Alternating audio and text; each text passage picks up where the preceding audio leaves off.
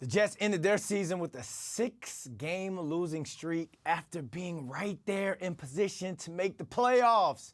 Brian Costello is the New York Post Jets beat writer and co-host of the Gangs All Here podcast. So let's bring Kaz in to get his final thoughts on such a roller coaster of a season.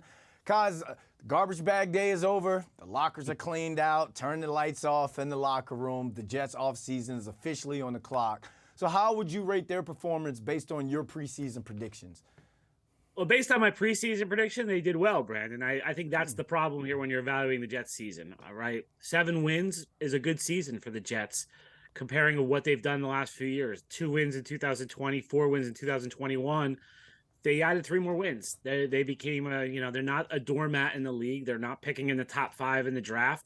So that's progress. However, if you're going to what I thought at the end of October and middle of November, it's a disappointment.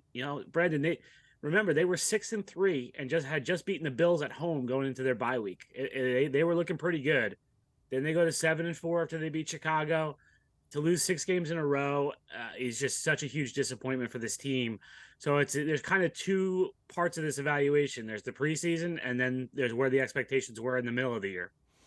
All right, and before we even start talking quarterback, because I know that's a hot topic right now, let's discuss the guy who calls the plays, offensive coordinator Mike LaFleur. Now, there's been some speculation over if he's going to even be back. GM Joe Douglas said that the decision is ultimately up to Robert Saleh. So is Mike LaFleur the play caller for the New York Jets next season? I think he is, Brandon, with some help. Robert Saleh said Monday that he will hire a veteran coach to join the offensive staff. If you remember, when Robert Saleh first got the job, he hired Greg Knapp to be the passing game specialist. Tragically, Greg was hit by a car while riding his bike and died before the season started in 2021.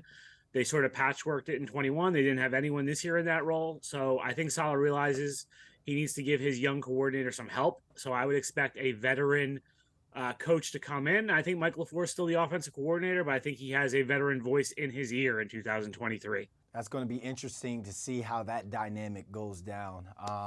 So let's talk about the quarterback situation now. Yeah. Yesterday, Zach Wilson, he said all the right things when he spoke to the media, said he loves the organization, said it's special.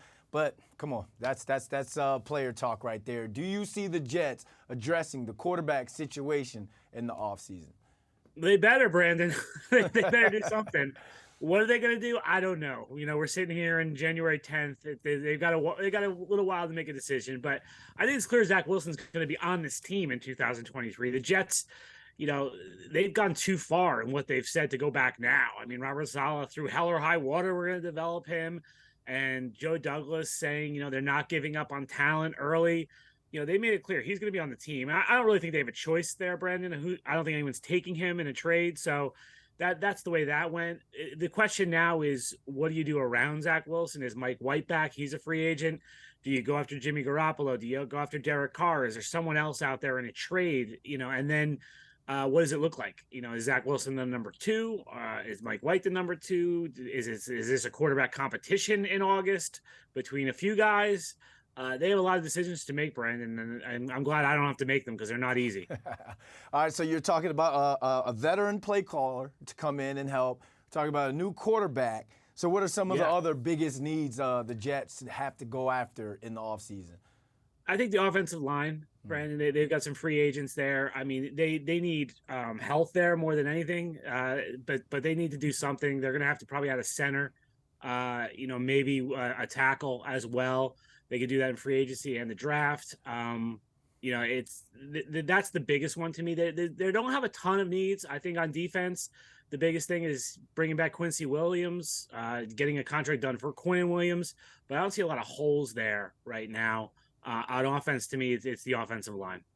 This team has a lot of young talent on them. I texted one of my best friends and asked him, are you excited about the future? He's a huge Jets fan. He hasn't texted me back yet, so I need to ask you. Too soon. Should Jets fans actually be excited about the future of this football organization? Yes, they should, Brandon. Like I said, if we had this conversation a year ago, 2 years ago, my standard line the last few years is when the Jets have gotten the offseason is it's a Noah's Ark offseason. They need two of everything. That's no longer the case. They've got some players. They don't have a lot of holes on this roster. The defense was number 3 in the NFL. And then, yesterday when we were in the locker room talking to guys, you see Breece Hall, you see Mekhi Becton, you see Elijah Vera Tucker, and you remember they lost some talent from this team. If they can get those guys back healthy and producing and showing the potential that they did early in their careers, right? This is, they've got some players here. The key is the quarterback. Okay, they got to figure out the quarterback spot, and that's the only thing that's really holding them back right now. To me, from being a playoff team, is that quarterback position. They've got a lot of talent elsewhere. They could end up with the offensive and defensive rookies of the year, Brandon, with Garrett Wilson and Sauce Gardner, which is an amazing accomplishment. So I think the future is bright right now for the Jets. Yeah, it was exciting watching Garrett Wilson play this year and Sauce Gardner. I think he's going to be the next Darrelle Revis in that locker room. Brian Costello, the Gang's All Here podcast, thank you for joining us, and Happy New Year. Thanks, guys.